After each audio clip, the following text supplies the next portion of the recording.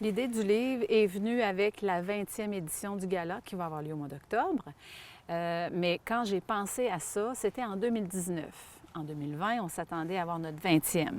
Alors, 2019, je me disais, bon, qu'est-ce qu'on fait de particulier? Est-ce qu'il pourrait avoir une idée pour souligner 20 ans de gala reconnaissance?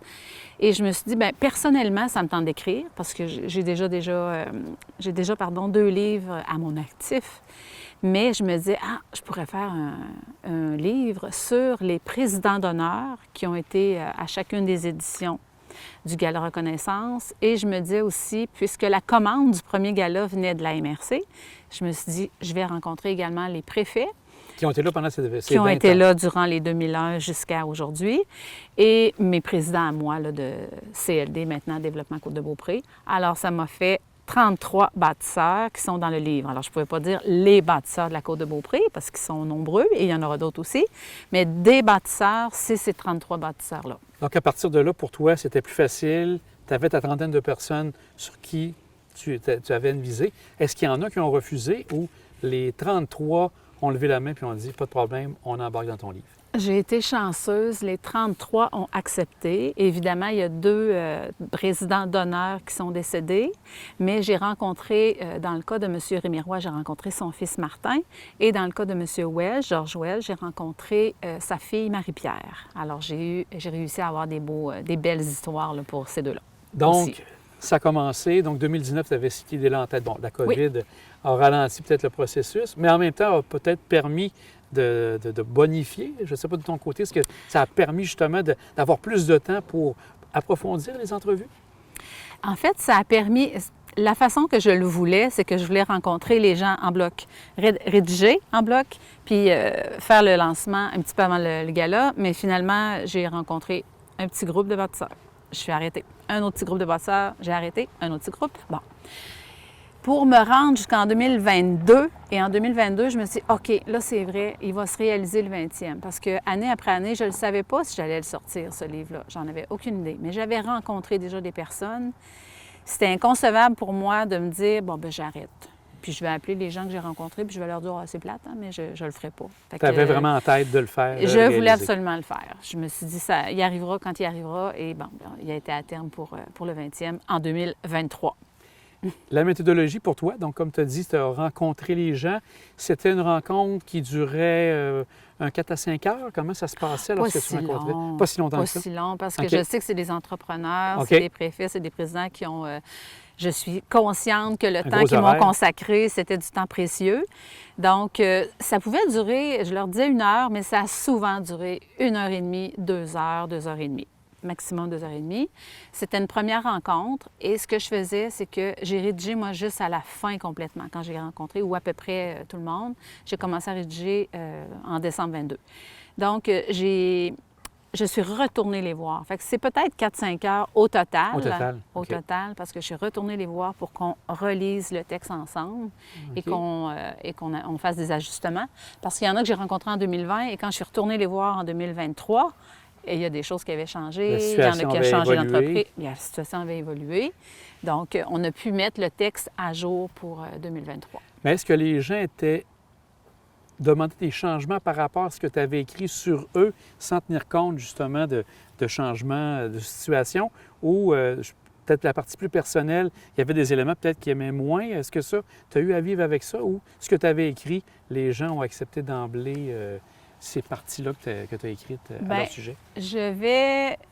En fait, les gens ont été souvent surpris de ce que j'ai écrit, ont souvent été je t'ai dit ça? Ah oui, j'ai dit ça. J'ai dit, êtes-vous sûr que on l'inscrit ou on ne l'inscrit pas? Oui, on le met. Ils étaient très à l'aise avec ça.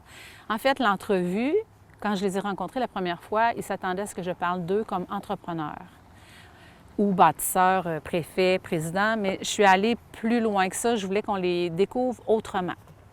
Donc, ma première question pour chacune des entrevues, ça a toujours été, vous êtes né où? Et il me répondait, on part-tu vraiment de là? Oui, on part de là. Donc, ça a surpris un petit peu. Et quand je suis retournée les voir, bien, ils étaient surpris de voir leur histoire sur 6 pages, de la naissance jusqu'à aujourd'hui. Mais je pense qu'ils étaient... j'oserais dire que les 33 sont contents de leur texte. J'ai vu que justement dans le livre, tu avais une page où tu avais différents intérêts que les personnes mentionnaient. Ça devait être aussi quelque chose qui a dû les questionner, même, comme tu disais, les surprendre, mais de belle façon sûrement. Oui, parce que, oui, mes questions en rafale, c'est de ça que je pense que tu fais Oui, mention. oui. Oui, ça termine l'entrevue quand je les rencontrais. Puis là, ben, c'était plus à brûle pour point. C'est quoi votre chanson préférée et pourquoi? C'est quoi le paysage? C'est quoi vos voyages? Tout ça.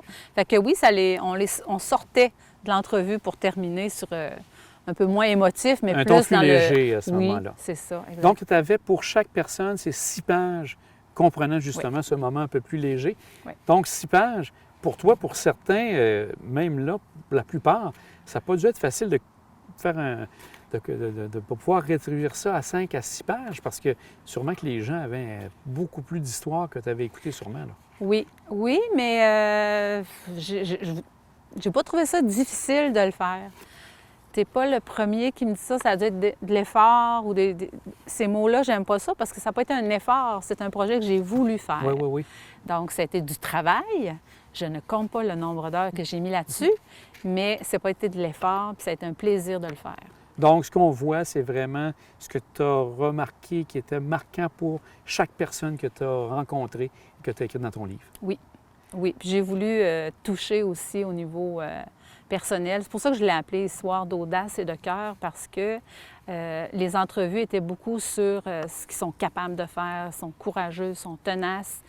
Mais c'est tous des gens qui ont des belles histoires aussi à raconter, des anecdotes de cœur. C'est des pères de famille, c'est des mères de famille, c'est des gens qui s'impliquent dans les causes humanitaires, dans des causes sociales. Donc, c'est vraiment les 2 volets que j'ai voulu mettre dans le livre. Est-ce qu'il y a quelque chose que tu penses pour une suite ayant fait un grand travail du genre? Est-ce que tu as d'autres personnes en tête ou d'autres types de sujets que tu souhaites écrire éventuellement par rapport à tout ça? Je verrai peut-être un tome 2 dans 20 ans, mais dans 20 ans, ce ne sera peut-être pas moi qui va le faire, mais je fais une Dominique Michel de moi-même. Ouais. Moi, j'ai terminé. Là. Non. Mais comme tu dis, tu n'as pas vraiment actuellement quelque chose Non. qui est en marche. Là, tu laisses décanter ce que tu as travaillé. Je laisse décanter. Et tu dégustes ce livre. Si j'ai d'autres projets personnels, c'est pas en lien avec la Côte de Beaupré, c'est vraiment personnel là, avec mon conjoint. On se fait un campeur. Ça, c'est le projet personnel. Ah oui, bon. Campeur. Excellent. Bien, content d'apprendre ça et de voir aussi que ton livre a touché les gens. Un grand merci, Lise. Ça fait plaisir.